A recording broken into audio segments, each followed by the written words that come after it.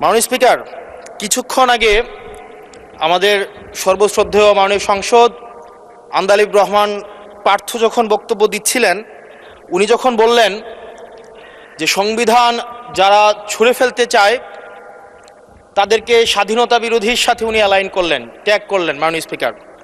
এবং তখন ট্রেজারি বেঞ্চের সম্মানিত মাননীয় মন্ত্রী যারা ছিলেন তারা সেটাকে টেবিল চাপড়িয়ে সেটাকে সমর্থন দিলেন।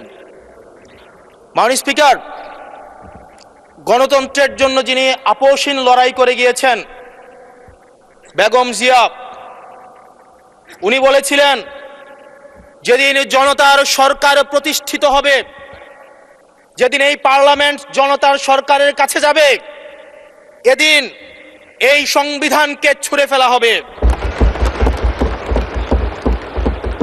ট্রেজারি বেঞ্চের যেই মন্ত্রীরা ছিলেন তারা দীর্ঘদিন, তাদের সারা জীবন তারা বেগম জিয়ার সাথে রাজনীতি করেছেন। এই সংবিধান ছুঁড়ে ফেলার সাথে স্বাধীনতা যুদ্ধাপরাধীর অ্যালাইন করার যেটার হাততালি তারা দিয়েছেন, সেটির মধ্য দিয়ে বেগম জিয়াকে তারা মূলত হচ্ছে অপমান করেছেন কিনা তারা সেটা ভেবে দেখবেন।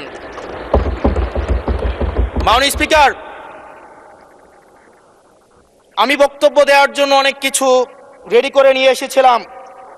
আমরা, আইনমন্ত্রী বলেছেন রুশু পড়ার জন্য, তারপরে হচ্ছে হবস পড়ার জন্য, মদিনা সনদ পড়ার জন্য পড়েছিলাম, কিন্তু আন্দালিব রহমান পার্থ সাহেব যে বক্তব্য দিয়েছেন, আমরা ক্লাস 8-9-এ যে ডিবেট করতাম সেটি রিভার্টাল দিলে 20 মিনিট সময় লাগবে। মাননীয় স্পিকার, আমি ওনার বক্তব্যের রিভার্টাল দিচ্ছি।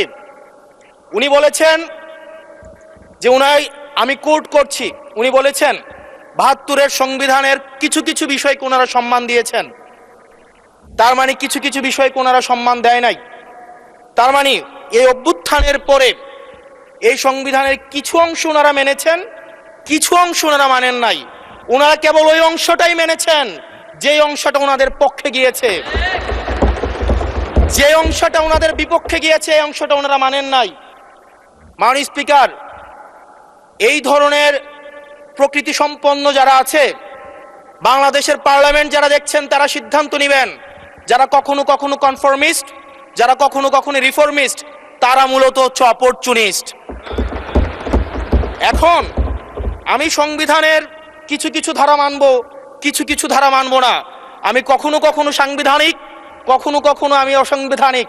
মাননীয় স্পিকার, যখন ডক্ট্রিন অফ নেসেসিটির প্রশ্ন আসে, মাননীয় স্পিকার, এই এক্সিস্টিং সংবিধান অনুযায়ী যখন 7A এবং 7B বলবৎ থাকে, সেই জায়গা থেকে আইনজ্ঞরা, মাননীয় স্বরাষ্ট্রমন্ত্রী উনি থাকলে ভালো হতো। ডক্ট্রিন অফ নেসেসিটি মাননীয় স্পিকার 48-এর 3 অনুযায়ী রাষ্ট্রপতি সুপ্রিম কোর্টের মাধ্যমে একটা, এই 106-এর অ্যাডভাইজরি একটা রুল আছে মাননীয় স্পিকার। এই অ্যাডভাইজরি রুলের মাধ্যমে সংবিধানের ফান্ডামেন্টাল কোনো বিষয় কম্প্রোমাইজ করা যায় না। মাননীয় স্পিকার, যদি আমি এই সংবিধান মানি তাহলে এই অন্তর্বর্তীকালীন সরকারের বৈধতা প্রশ্নবিদ্ধ হয়। মাননীয় স্পিকার, মাননীয় স্পিকার, যদি এই সংবিধানকে আমি ধারণ করতে চাই, মেনে চলতে চাই, সেদিন 64 বিধি অনুযায়ী অ্যাটর্নি জেনারেল নিয়োগ দেওয়া হয়েছিল 6 আগস্ট। মাননীয় স্পিকার, এই সংসদে প্রশ্ন রাখতে চাই, তৎকালীন বর্তমান রাষ্ট্রপতি চুপ্পু, তখন বলা হয়েছে অ্যাটর্নি জেনারেল নিয়োগ দেওয়ার ক্ষেত্রে প্রধানমন্ত্রীর সাথে আলোচনা করতে হবে। সেদিন কোন প্রধানমন্ত্রীর সাথে আলোচনা করা হয়েছিল সেটা আমাদেরকে অ্যাটর্নি জেনারেল জানাবেন। আমাদেরকে অ্যাটর্নি জেনারেল জানাবেন যেই হিয়ারিংটা হয়েছিল এই হিয়ারিংয়ে উনি উপস্থিত ছিলেন কিনা।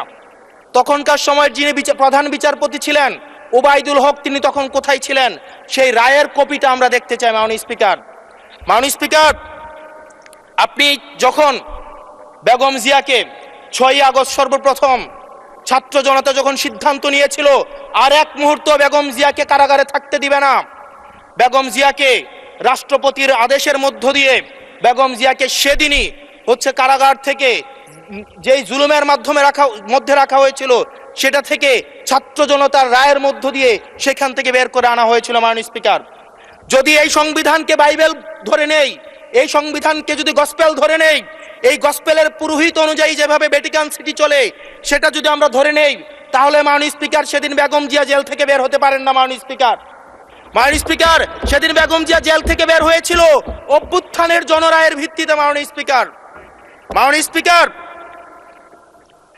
আপনারা বলছেন আপনারা ঠিক সেই জায়গায় আপনারা সংবিধানকে আপনারা মানছেন যেই জায়গায় সংবিধান থেকে আপনারা বেনিফিটেড হবেন।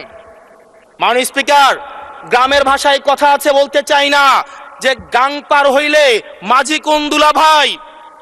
ছাত্ররা আপনাদের নেতা কর্মীরা গত 17 বছর ধান খেতে ঘুমাইতে হয়েছে, ত্যাগ তিতিক্ষার মধ্য দিয়ে যেতে হয়েছে। মহাসচিব কান্না করে বলেছে তাদের নেতা কর্মীরা ঢাকায় এসে রিক্সা চালিয়ে জীবন নির্বাহ করত।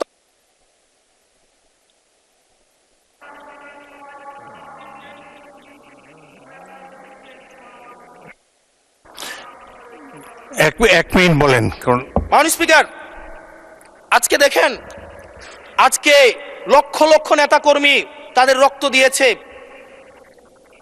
ফ্যাসিবাদ বিরোধী প্রত্যেকটি রাজনৈতিক দল, কোন রাজনৈতিক দলকে বিশেষভাবে আমি আলাদা করতে চাই না, ফ্যাসিবাদ বিরোধী প্রত্যেকটি রাজনৈতিক দলের রক্ত শ্রম ঘামের মধ্য দিয়ে এই হাসিনার পতন হয়েছে। এই হাসিনার পতনের পরে যখন জনরায়, মাননীয় স্পিকার, যখন জনরায় কখনো কেতাবের কাছে মাথা নত করে না।